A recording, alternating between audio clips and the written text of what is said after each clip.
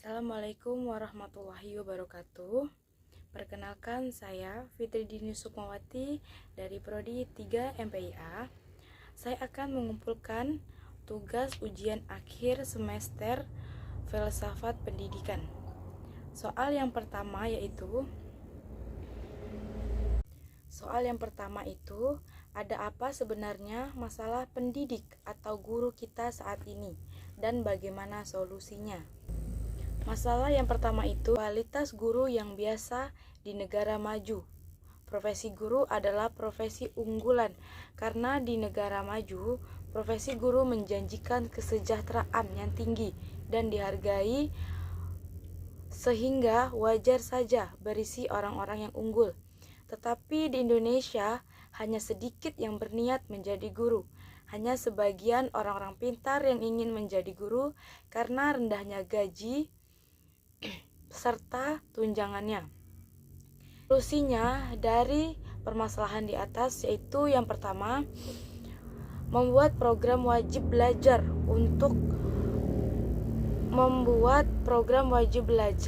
Undang-Undang Nomor 20 Tahun 2003 tentang Sistem Pendidikan Nasional harus direvisi untuk mewujudkan program wajib belajar 12 tahun sampai dengan 6 tahun SMP, 3 tahun SMA.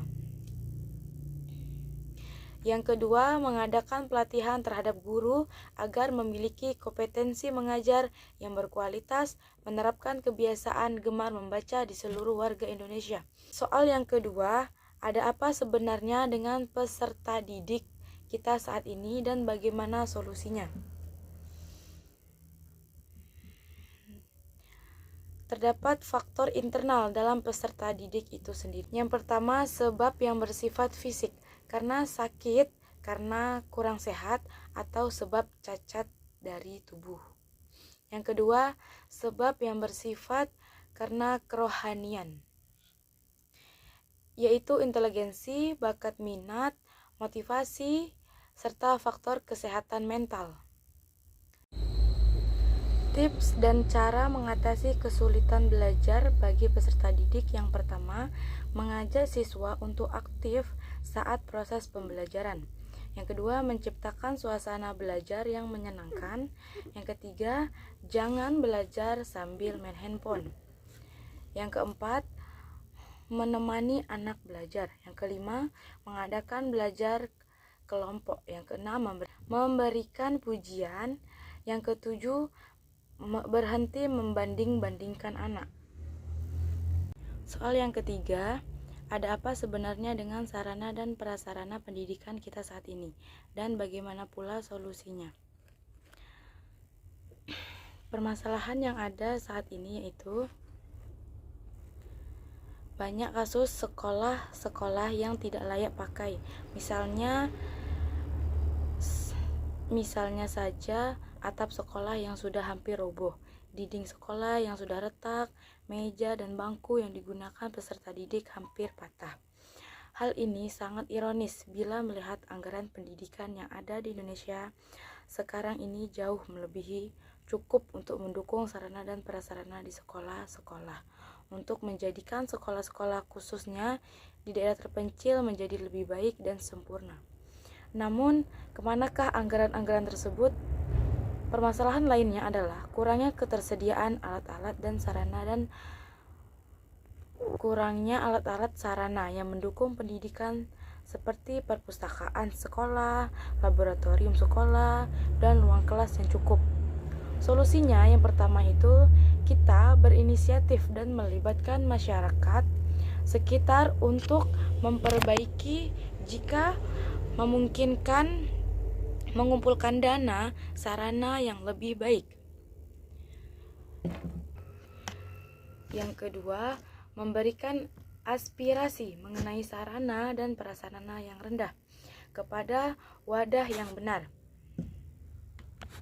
Yang ketiga, guru mempunyai sikap kreatif, ditunjukkan dengan kemampuan melihat masalah, mencari ide dan gagasan dalam pembelajaran, keterampilan sehingga dengan keterbatasan sarana dan prasarana di sekolah tidak menghambat pembelajaran dan pembelajaran dapat diterima oleh siswa. Soal yang ketiga, yang keempat, ada apa sebenarnya dengan kurikulum pendidikan kita? Mengapa selalu berubah? Jelaskan.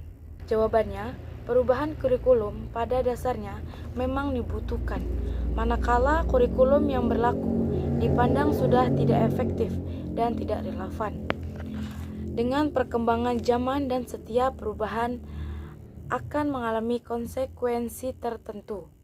Dalam hal ini, perubahan yang tentunya tidak harus dilakukan secara menyeluruh, namun bergantung pada data hasil evaluasi belajar peserta didik. Oleh karena itu, kurikulum perlu dikembangkan dengan mempertimbangkan kebutuhan peserta didik dan memperhatikan kondisi dan potensi pada lingkungan industri pariwisata dalam menghadapi perkembangan ilmu pengetahuan dan teknologi, serta dalam menghadapi era globalisasi secara khusus di bidang pendidikan. Kurikulum dijadikan sebagai pedoman bagi setiap sekolah atau semua tingkat pendidikan dengan harapan bahwa perubahan kurikulum ini dapat dengan mudah mencapai tujuan dari pendidikan itu sendiri. Soal yang kelima, jelaskan pula masalah-masalah lain yang menurut Anda penting dan menjadi penyebab rendahnya kualitas pendidikan kita. Jawabannya, seperti yang kita tahu, masalah pendidikan di Indonesia yang paling mendasar sebenarnya ada pada masalah biaya pendidikan yang terbilang mahal. Meskipun pemerintah sudah menyiapkan program gratis, tetap saja ada bagian yang membayar, dan program tersebut tidak merata sampai ke pelosok daerah. Solusinya yaitu kita menyediakan fasilitas pendidikan yang lengkap dan merata di setiap daerah, memberikan bantuan beasiswa, menyediakan sekolah gratis bagi yang tidak mampu.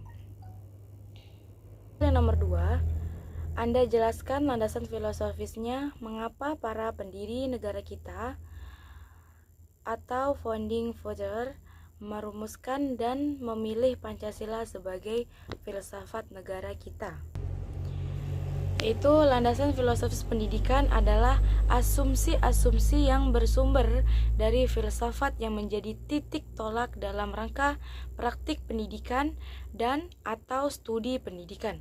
Spesifiknya tuh, berbagai asumsi-asumsi tersebut berasal dari filsafat pendidikan yang menyangkut keyakinan terhadap hakikat manusia, keyakinan tentang sumber nilai, hakikat pengetahuan, dan tentang kehidupan yang lebih baik dijalankan. Karena Pancasila ini sebagai ideologi dan dasar Republik Indonesia, secara hukum formal telah diterima dan ditetapkan sejak tanggal 18 Agustus 1945, dan hal ini merupakan keputusan final yang tidak dapat diganggu-gugat oleh siapapun. Bentuk keputusan ini secara eksplisit dalam pembukuan Undang-Undang Dasar Negara Republik Indonesia tahun 1945 dan ditegaskan kembali melalui ketetapan MPR nomor pada tahun 1998 tentang pencabutan ketetapan MPR 1978 tentang Eka Prasetya Pancakersa dan ketetapan tentang penegasan Pancasila sebagai dasar negara. Hal ini mengandung arti mengubah dasar negara Pancasila dengan sendirinya, membubarkan Negara Kesatuan Republik Indonesia. Soal yang kedua, Anda jelaskan nilai-nilai luhur apa yang terkandung dalam Pancasila dan korelasinya dengan pendidikan di Indonesia. Yang pertama itu ada ketuhanan yang Maha Esa, keyakinan terhadap adanya Tuhan yang Maha Esa dengan sifat-sifatnya yang maha sempurna, kebebasan menjalankan ibadah sesuai dengan agama dan kepercayaannya masing-masing. Yang kedua, kemanusiaan yang adil dan beradab. Nilai luhur yang terdapat di dalam sila kedua yaitu pengakuan terhadap harkat dan martabat manusia. Yang ketiga, persatuan Indonesia, yakni menempatkan persatuan, kesatuan, kepentingan, dan keselamatan bangsa di atas kepentingan pribadi dan golongan. Cinta tanah air dan rela berkorban untuk kepentingan bangsa, pengakuan terhadap keragaman suku bangsa dan budaya, sekaligus mendorong ke arah pembinaan persatuan dan kesatuan bangsa. Yang keempat, yaitu kerakyatan yang dipimpin oleh hikmat kebijaksanaan dalam permusyawaratan perwakilan. Kedaulatan negara ada di tangan rakyat. Manusia Indonesia mempunyai kedudukan, hak, dan kewajiban yang sama. Yang kelima, yaitu Pancasila yang terkandung di dalam sila kelima, yaitu mewujudkan keadilan dalam kehidupan bermasyarakat dan bernegara, meliputi bidang ideologi, ekonomi, sosial, kebudayaan, dan pertahanan keamanan nasional. Soal yang ketiga, Anda jelaskan bagaimana cara mengimplementasikan nilai-nilai Pancasila dalam dunia pendidikan di Indonesia. Dalam implementasi nilai-nilai Pancasila melalui pendidikan kewarganegaraan di sekolah bisa dilakukan melalui metode pembelajaran yang menyenangkan dan lebih menarik agar peserta didik bersemangat dan senang menyimak pembelajarannya. Soal yang keempat yaitu Anda jelaskan pula apa dampak negatif yang akan ditimbulkan jika pendidikan kita tidak diwarnai atau tidak dipengaruhi oleh Pancasila. Jawabannya yaitu Indonesia akan kehilangan pedoman hidup dan jati negara, serta melunturnya nilai budi pekerti yang terkandung dalam Pancasila, yang menyebabkan menurunnya pemikiran dalam bidang pendidikan bagi warga Indonesia. Jika Pancasila tidak diselenggarakan dalam dunia pendidikan di Indonesia, maka Indonesia mengalami krisis moral. Kenapa? Karena selain sebagai dasar Pancasila juga berguna sebagai pandangan hidup bangsa Indonesia, di mana Pancasila sudah mencakup tujuan dan dasar berdirinya bangsa Indonesia. Soal yang ketiga yaitu Anda jelaskan bagaimana sebenarnya konsep learning society itu. Konsep learning society diartikan sebagai masyarakat belajar. Learning society ini adalah memberdayakan peran masyarakat dan keluarga dalam kegiatan pendidikan. Learning society secara praktek sudah dilakukan oleh masyarakat Indonesia. Meskipun belum secara maksimal, namun secara konsep masih meraba-raba. Artinya, bila civil society telah dimulai diperkenalkan dan disosialisasikan, maka untuk learning society belum ditemukan konsep yang matang dan fix, sehingga istilah learning society belum populer apalagi di masyarakat. Soal yang kedua, Anda jelaskan secara logis dan kritis mengapa semua masyarakat harus selalu belajar.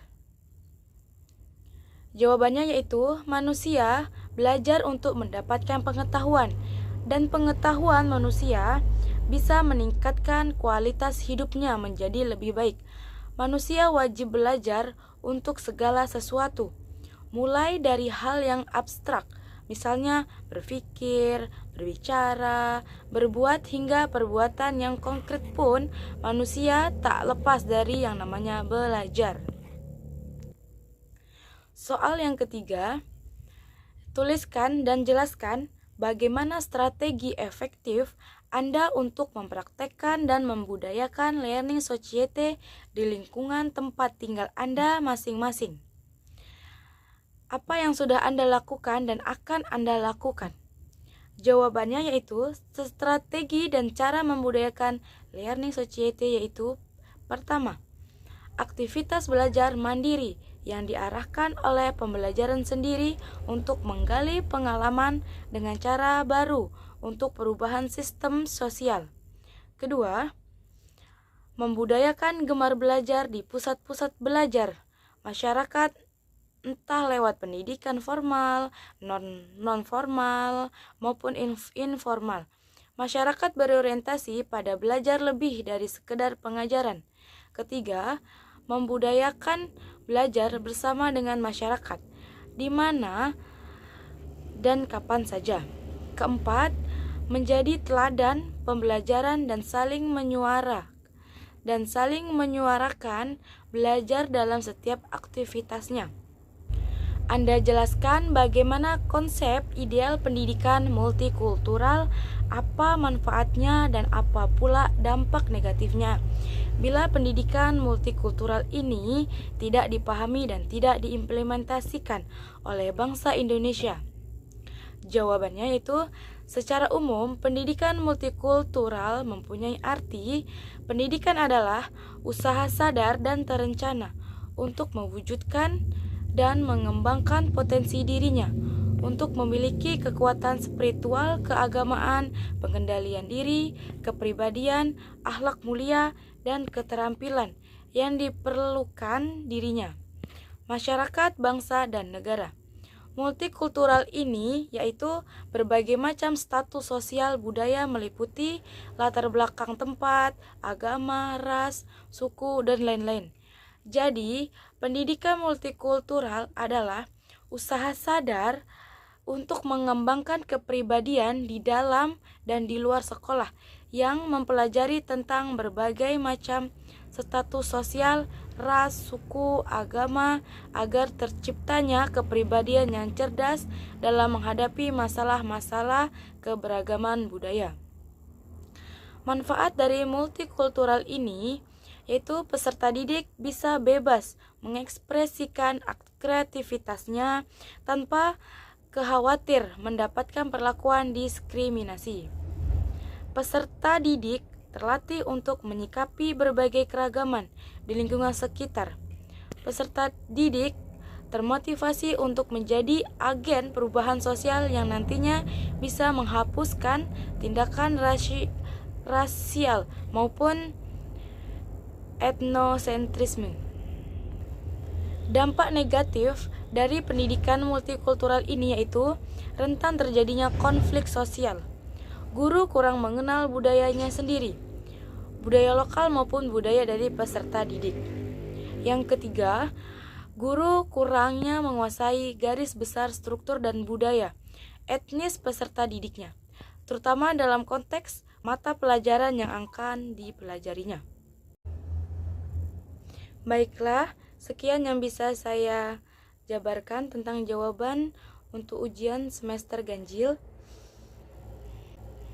Wallahul muwaffiq ila aqwamit thoriq. Wassalamualaikum warahmatullahi wabarakatuh.